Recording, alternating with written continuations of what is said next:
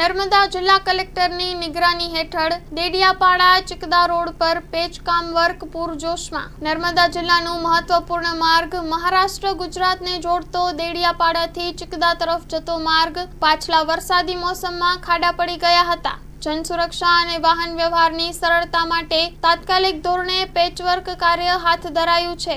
જિલ્લા કલેક્ટર એસ.કે. મોદી દ્વારા મરામત કાર્યની નિગરાનીમાં દેખરેખ કરવામાં આવી રહી છે અને માર્ગ અને મકાન વિભાગ દ્વારા આ કામગીરી ઝડપથી આગળ ધપાવવામાં આવી રહી છે। ભારે વરસાદ અને ભારે વાહન વ્યવહારના કારણે રસ્તામાં થયેલા ખાડાઓ અને ક્ષતિઓને ધ્યાને લઈ તાત્કાલિક રિપેરિંગના પગલાં લેવાઈ રહ્યા છે।